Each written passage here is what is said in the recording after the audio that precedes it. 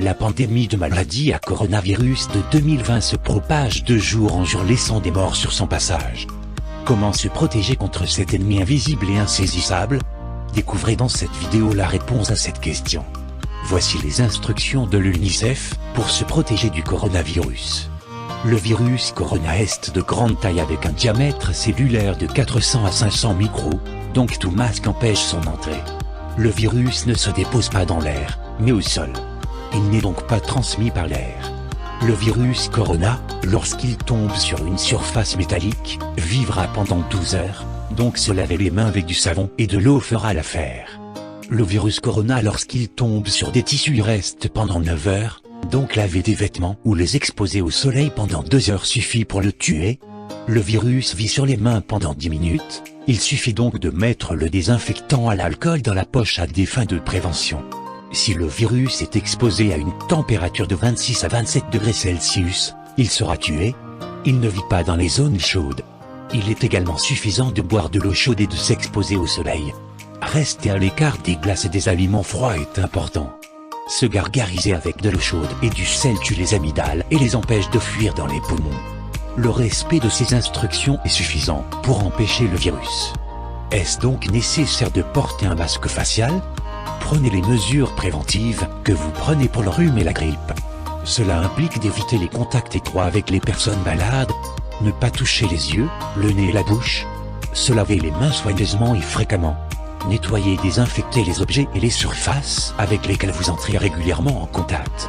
Ceux qui ont le Covid-19 ou présentent des symptômes doivent porter un masque pour protéger les autres contre le virus. Tout travailleur de la santé qui prend soin d'une personne infectée par le Covid-19 doit également porter un masque. Bien que le port de masques faciaux semble socialement obligatoire dans certaines villes d'Asie de l'Est touchées par le coronavirus, l'OMS affirme que les personnes en bonne santé n'ont pas besoin de porter un masque à moins de prendre soin d'une personne soupçonnée d'infection à Covid-19. Mais il conseille aux gens dans les endroits où il y a des cas de Covid-19 de porter un masque en public s'ils toussent ou éternuent. Les moyens les plus efficaces pour vous protéger et protéger les autres contre Covid-19 sont de vous nettoyer fréquemment les mains, de les éloigner de votre visage, de couvrir la toux et les éternuements avec votre coude ou un mouchoir et de vous tenir à au moins 1 mètre des personnes qui toussent ou éternuent. Que dois-je faire si je pense que je suis infecté par le Covid-19 ? Si vous pensez que vous pourriez avoir le Covid-19, contactez immédiatement votre médecin.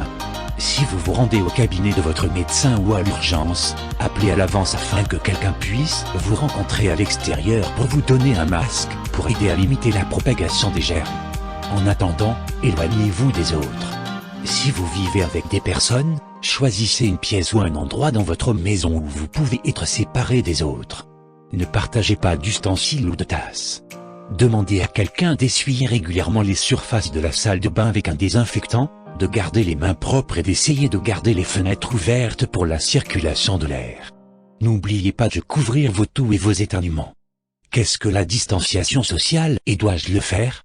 La distanciation sociale fait partie des interventions non pharmacologiques qui peuvent être utilisées pour ralentir la propagation des infections. Cela se réfère spécifiquement à différentes façons de séparer les gens.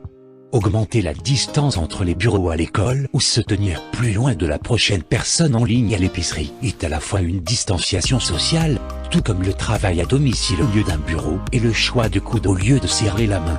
L'annulation des réunions de groupe et l'évitement des lieux publics surpeuplés sont également des formes essentielles de distanciation. La distanciation sociale est un moyen que nous pouvons tous travailler ensemble pour nous éloigner des autres et nous empêcher de propager l'infection. Nous ne devons pas rester à la maison ou prendre nos distances parce que nous avons peur. Le risque individuel pour chacun d'entre nous est faible. Cependant, nous devons prendre nos distances car nous devons protéger ceux d'entre nous qui courent un risque plus élevé.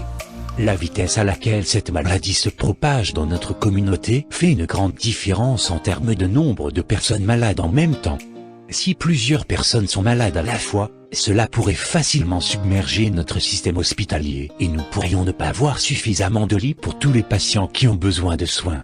La seule façon d'empêcher que cela se produise est de prendre des mesures pour arrêter la propagation de la maladie. Ces actions qui nous gardent à la maison et loin des autres protègent les plus vulnérables et empêchent nos hôpitaux de surpeupler si ces personnes ont besoin d'interventions médicales plus sérieuses. Certaines personnes, comme les prestataires de soins de santé, devront aller travailler même au milieu d'une épidémie généralisée et d'autres devront utiliser les transports en commun et aller à l'épicerie, peu importe ce qui se passe. Cependant, nous pouvons chacun faire notre part et rester à la maison quand nous le pouvons. Peut-on me faire tester pour le Covid-19 si l'on a peur de le contracter? Le test pour diagnostiquer Covid-19 n'est utile que si vous êtes malade.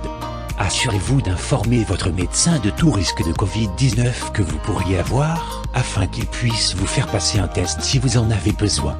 Il convient également de mentionner que les gens ne devraient pas s'inquiéter s'ils se rendent chez leur médecin et se font tester pour les virus respiratoires et le résultat indique qu'ils ont un coronavirus.